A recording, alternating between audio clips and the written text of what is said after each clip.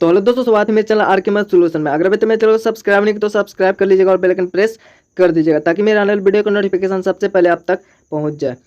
तो आज हम देखेंगे सहवाल के बारे में। कुछ लोग कमेंट में कह रहे थे कि वीडियो थोड़ा स्लो में होना चाहिए, ठीक है, और वीडियो बड़ा भी होना चाहिए। तो वीडियो तो हम स्लो में कर देंगे, लेकिन मतलब स्लो में बोलेंगे, और लेकिन यहाँ पे वीडियो बड़ा नहीं कर पाएंगे क्योंकि वीडियो बड़ा होता है तो कोई देखता नहीं जल्दी, ठीक है। और वीडियो अगर अगर पूरा कोई वॉच नहीं करेगा तो फिर वीडियो आगे नहीं बढ़ेगा, ठीक है। इसी कारण से ये वीडियो को हम छोटा छोटा पार्ट बाय पार्ट में बनाते हैं, ठीक है।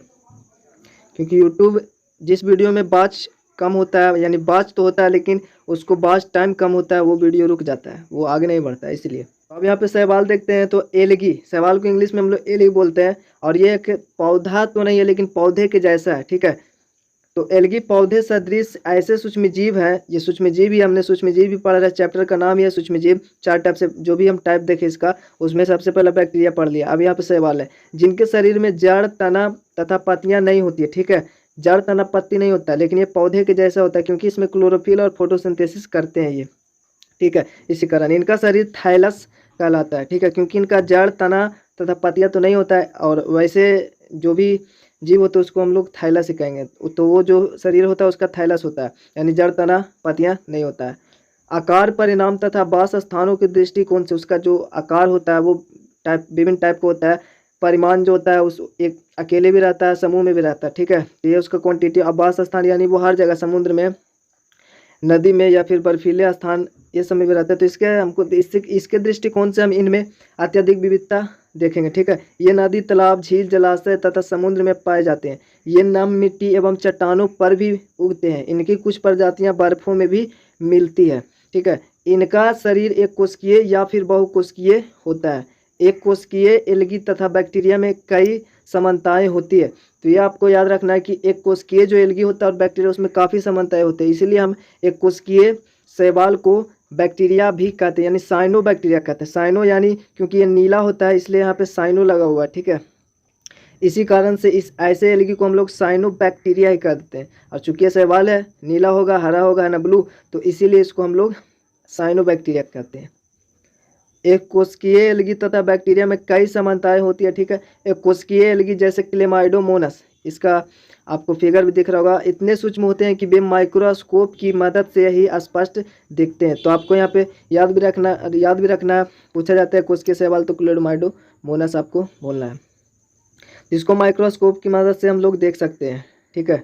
जबकि कुछ बहुकोशिकीय समुद्री एल्गी जैसे कि माइक्रोसिस्टिस, इसको ये जो है 50 से 60 मीटर तक लंबा होते हैं। कुछ एल्गी जैसे लंबा होते हैं, यानी समुद्र गहराई तक जाते हैं 50 से 60 मीटर तक। कुछ एल्गी बीच की छालों पर भी उगते हैं, जैसे में यहाँ पे जुक्लोरेला नामक एल्गी जंतु जो है, यानी मतलब ये जो एल्गी है वो हाइड्रा से, यानी हाइड्रा एक जंतु है। तो इसके शरीर में उगकर जीवों में सहजीविता का संबंध दर्शाते हैं। सहजीविता यानी दो जीवों के बीच में लाभदायक जो संबंध होता है, ठीक है, उसी को सहजीविता हम लोग बोलते हैं। तो ये होता है। और यहाँ पे कोशिकीय एल्गी के आकार में भी विविधता होती है। ये गोल दंडाकार या फिर उसी को हम लोग बोलते हैं मुद्गर तथा स्पिंडल के आकार के होते हैं। बहुकोशिकीय एल्गी जैसे स्पायरोगायरा, ये रिबन के आकार के होते हैं, ठीक है, रिबन के आकार के। इनमें कुछ जैसे कि फ्यूकस तथा कॉन्ड्रस शाखित भी होते हैं, शाखा टाइप से, जैसे आप वृक्ष में किस तरह शाखित होते हैं इस तरह से। इसका फिगर भी दिख रहा होगा। एल्गी अलग अलग क्लेमाइडोमोनास रहकर भी, यानी एल्गी जो अलग अलग भी रहता है, ठीक है, अलग अलग रहकर भी जीवन व्यतीत करते हैं। परंतु कुछ जैसे बॉलवॉक्स समूह यानी कॉलोनी बनाकर रहते हैं, ठीक है, ये समूह बनाकर रहते हैं, लेकिन कुछ अलग अलग भी रहते हैं। तो ये था हमारा परिमाण। सभी एल्गियों में हरे पौधे की तरह क्लोरोफिल पाए जाते हैं, ठीक है, एल्गी में क्लोरोफिल पाए जाते हैं। तो ठीक है, और यहाँ पे कुछ जो भी पॉइंट आएगा उसको ध्यान में रखिए। इसलिए ये स्वपोषी होते हैं क्योंकि इनमें क्लोरोफिल है, फोटोसिंथेसिस भी करते हैं, मतलब प्रकाश संश्लेषण भी करते हैं, तथा प्रकाश संश्लेषण के द्वारा अपना भोजन स्वयं बनाते हैं। अन्य हरे पौधे की अपेक्षा एल्गी प्रकृति में कई गुना ज़्यादा वायुमंडल में स्थित कुल ऑक्सीजन का करीब 80% इनके द्वारा ही प्रकाश संश्लेषण प्रक्रिया में उत्पाद के रूप में बनता है। मतलब समझे, पेड़ पौधों से भी ज़्यादा, मतलब 80% ये ऑक्सीजन को मतलब कि उत्पादित करता है। 80%, यानी 80% ये अकेले प्रकाश संश्लेषण की क्रिया करता है। ठीक है, 80%, मतलब 20% वो लोग करते हैं जो भी पेड़ पौधा के बारे में हम लोग बात करते हैं। यहाँ पे एल्गी अलैंगिक प्रजनन तथा लैंगिक प्रजनन के द्वारा अपनी संख्या में वृद्धि करती है। लैंगिक प्रजनन हम पीछे बता चुके हैं। लैंगिक प्रजनन में 2 जीव मिलकर एक नए जीव का निर्माण करते हैं, जबकि अलैंगिक प्रजनन में समद्विभाजक या फिर कायिक प्रबंधन ये सब जो होते हैं उसके द्वारा ये प्रजनन होता है। तो यहाँ पे अब हम देखेंगे शैवालों को निम्नलिखित मुख्य वर्गों में बांटा गया है। जैसे मैं पहला हम यहाँ पे देख रहे हैं डाइटम, डाई का मतलब 2 होता है, और ठीक है, क्योंकि इसका कोशिका भित्ति डबल लेयर होता है, ओवरलैप होता है। ठीक है, जैसे इस तरह से हुआ और फिर इस तरह से होता है, तो ये डबल होता है। इसको हम ज़्यादा डिटेल्स में तो आगे पढ़ेंगे। ठीक है, कॉम्पिटेटिव का एग्जाम जब देंगे तब, या फिर 11th में पढ़ेंगे ज़्यादा डिटेल्स में। ये सब अभी 8 क्लास में नहीं पढ़ना है ऐसे। डाइटा में कोशिकीय प्रजातियाँ हैं जो मृदु एवं समुद्री जल में पाई जाती है। इनके कई प्रकार होते हैं। ये अचल होते हैं यानी गतिहीन होते हैं। ठीक है, ये सामान्यतः पीले होते हैं, सुनहरे होते हैं, भूरे या फिर हल्के हरे रंग के होते हैं। इनके शरीर में डाइटोमीन नामक रंजक पाया जाता है। ठीक है, ये एक पिगमेंट होता है इसमें। इनकी कोशिका भित्ति सिलिका की बनी होती है, ये याद रखिएगा। ठीक है, क्योंकि ये हर जगह पे ऑब्जेक्टिव टाइप से पूछा जाता है कि इनकी जो कोशिका भित्ति है वो सिलिका से बनी होती है। डाइटम की कोशिका भित्ति की सिलिका जो है वो नदियों, तालाबों या समुद्र की तल पर एकत्रित होकर सिलिका बहुल मिट्टी बनाते हैं। सिलिका यानी जो सिलिका था वो नदियों, तालाबों, समुद्र तल होते हैं, जो तल होते हैं उस पर एकत्रित होकर सिलिका बहुलक यानी अर्थ देख रहे हैं, समझे, अर्थ बनाते हैं। पिन्यूलेरिया, साइक्लोटेला तथा नेविकुला, और इन सब का कोशिश करेंगे फिगर देने का। डाइटम के कुछ ये सब उदाहरण है। ठीक है, पहला पिन्यूलेरिया, साइक्लोटेला तथा नेविकुला। डाइटम में कायिका तथा लैंगिक प्रजनन होते हैं। डाइटम में देख रहे हैं कायिक बोल रहे हैं, जैसे कायिक होता है। ठीक है, कायिक तथा लैंगिक प्रजनन होता है। लैंगिक मतलब 2 जीव मिलकर एक जीव का निर्माण करता है। कायिक का मतलब जैसे ओल वगैरह को हम जिस तरह से रोप देते हैं काट कर, वो उग जाता है। ठीक है, तो उसको हम लोग कायिक बोलते हैं। और यहाँ पे कुछ, जैसा कि यहाँ पे कुछ शेप दिया हुआ है, तो ये डाइटम का विभिन्न प्रकार जो होते हैं उसका फिगर है, और डाइटम का विभिन्न प्रकार का फिगर तो आप देख ही चुके हैं। ठीक है, इससे बेहतर ही होगा वो। और इसमें अब देखेंगे हम हरा शैवाल। ठीक है, ग्रीन एल्गाई, यानी ऐसा माना जाता है कि हरे पौधे की उत्पत्ति इन्हीं शैवालों से हुई। ये एक इंटरेस्टिंग फैक्ट। ठीक है, तो ऐसा कुछ लोग मानते होंगे वैज्ञानिक कि हरे शैवाल से ही जो अन्य जो पौधे हैं, यानी कि हरे पौधे हैं, उनकी उत्पत्ति हुई है। ये सामान्यतः मृदु जल यानी साफ जल में, नदी, तालाब जो भी हो उसमें पाए जाते हैं। इनकी कई प्रजातियां समुद्र में भी पाई जाती है। इन शैवालों की कोशिका भित्ति सेल्यूलोज, यानी जो हरा होता है वो सेल्यूलोज, उसमें कोशिका भित्ति सेल्यूलोज का ही बना होता है। पेड़ पौधे में भी सेल्यूलोज होता है। ठीक है, इनमें भोज पदार्थ स्टार्च के रूप में संचित होती है, जैसा कि पेड़ पौधे में होता है। हम लोग में जिस तरह से ग्लूकोज के रूप में संचित होता है, उसी तरह से इसमें स्टार्च के रूप में, वो भी एक कार्बोहाइड्रेट ही है। इनकी उपस्थिति बहुतायत में होने के कारण, यानी अधिक होने के कारण तालाब या झील कभी कभी हरा दिखता है। हमने पिछले वीडियो में इसका वीडियो दिखाए थे। ठीक है, कि किस तरह से जल हरा था दिखता है। क्लेमाइडोमोनस तथा अस्पायरोगायरा इसी वर्ग के शैवाल। क्लेमाइडोमोनस और अस्पायरोगायरा, इसका भी फिगर हम पीछे देख चुके हैं। और इसमें अगला है भूरा शैवाल। तो भूरा शैवाल जैसा कि हरा होता है तो क्लोरोफिल के कारण होता है, लेकिन यहाँ पे भूरा है तो ये फ्यूकोजैंथिन नामक वर्णक के कारण ये भूरे रंग के दिखते हैं। इनकी वृद्धि बहुत तेजी से होती है।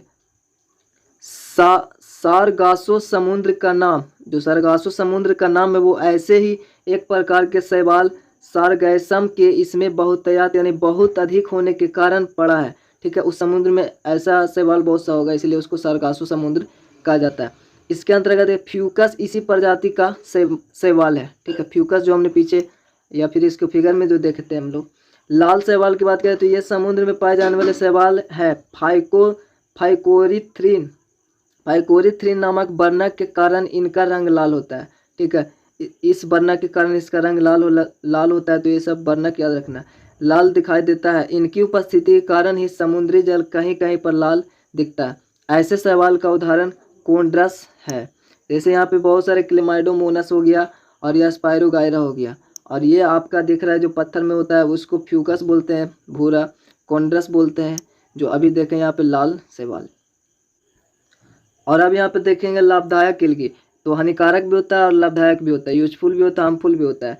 तो यहाँ पे पहला में एल्गी में कार्बोहाइड्रेट, प्रोटीन और अकार्बनिक यौगिक तथा कुछ विटामिन प्रचुर मात्रा में मिलते हैं, चूँकि ये तो इंसान के लिए बहुत बहुत जरूरी है। ठीक है, अतः कई देशों जैसे चीन हो गया, जापान हो गया, इनका उपयोग भोज्य पदार्थों के रूप में होता है। तो इन सब जगहों पर इसका उपयोग होता है। हमारे देश में भी समुद्री क्षेत्रों के निवासी इसका उपयोग भोजन के रूप में करते हैं। क्लोरेला नामक एल्गी, ठीक है, क्लोरेला नामक एल्गी में प्रोटीन तथा विटामिन ए एवं डी बहुतायत यानी बहुत प्रचुर मात्रा में मतलब कि होते हैं। भोजन के रूप में इनके उपयोग के लिए गहन वैज्ञानिक शोध हो रहे हैं, मतलब कि अभी इसका जो शोध हो रहा है, मतलब जांच हो रहे हैं। इस प्रकार के एल्गी को मछलियों के भोजन के लिए मछली पालन के उपयोग में आने वाले तालाबों में भी उगाया जाता है। ठीक है, जहाँ पे मछली होता है वहाँ उस तालाबों में भी उगाया जाता है मछलियों के भोजन के लिए। और यहाँ पे दूसरा यहाँ पे है कि एल्गियों में वायुमंडलीय नाइट्रोजन के अस्थायीकरण की क्षमता होती है। ठीक है, उसका अस्थायीकरण इसमें पहले भी देखे थे, जो दलहनी फसल के जड़ में जो राइजोबियम नामक जो बैक्टीरिया होते हैं, तो उसी तरह से यहाँ पे हम देख रहे हैं शैवाल भी होते हैं, वो भी फिक्सन करता था, ये भी अस्थायीकरण कर रहा है। तो इस गुण के कारण एल्गी तालाब के जल तथा मिट्टी की उर्वरक क्षमता को बढ़ाते हैं। ठीक है, एल्गी की कुछ प्रजातियां प्रति वर्ष, इसका कुछ प्रजाति एक वर्ष में मतलब करीब 625 केजी वायुमंडलीय नाइट्रोजन को धान के खेती के प्रति वर्ग किलोमीटर के क्षेत्र में जमा करती है। यानी एक वर्ग किलोमीटर मतलब इधर भी एक किलोमीटर, इधर भी 1 किलोमीटर, इधर भी 1 किलोमीटर, चारों तरफ 1 किलोमीटर होगा, उसको बोलते हैं 1 किलो वर्ग मीटर। तो इतना वो क्षेत्र में इसको नाइट्रोजन को धान के, ऐसा समझ लेते हैं कि धान की खेती के लिए, ठीक है, तो इतना वो एक वर्ष में जमा कर लेता है। और इतना जो होता है वो 1 वर्ग किलोमीटर ये क्षेत्र में जमा करता है। ठीक है, और यहाँ पे देखते हैं एल्गी के इस गुण के कारण इनका उपयोग मिट्टी की उर्वरक क्षमता को बढ़ाने के लिए भी किया जाता है।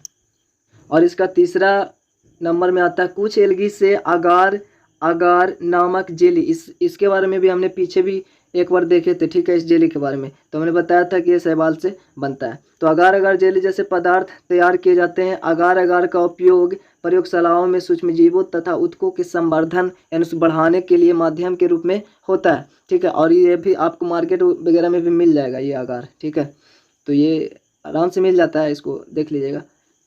अगार का उपयोग आइसक्रीम बनाने में भी होता है। चौथा नंबर है तालाब या समुद्र के तल पर डाइटम द्वारा बनने वाले सिलिका। तो हमने पीछे देखा था कि सिलिका जो होता है उसके कोशिका भित्ति जो होता है सिलिका से बना होता है, और वो सिलिका जो मिट्टी का जो परत बनाया था पीछे देखे थे, तो वो जो डाइटम था, डाइटम सवाल, उसके द्वारा बनने वाले सिलिका जो बहुल बनाया था, यानी मिट्टी से सिलिका बहुल मिट्टी से सिलिका को अलग कर लिया जाता है। अब वो जो परत बनाया तली में, समुद्र के तली में, तो उससे जो सिलिका है उसको मिट्टी से सिलिका को अलग कर उनका उपयोग शीशा, सिरेमिक तथा चीनी मिट्टी या पोर्सिलेन बनाने में होता है। सिलिका से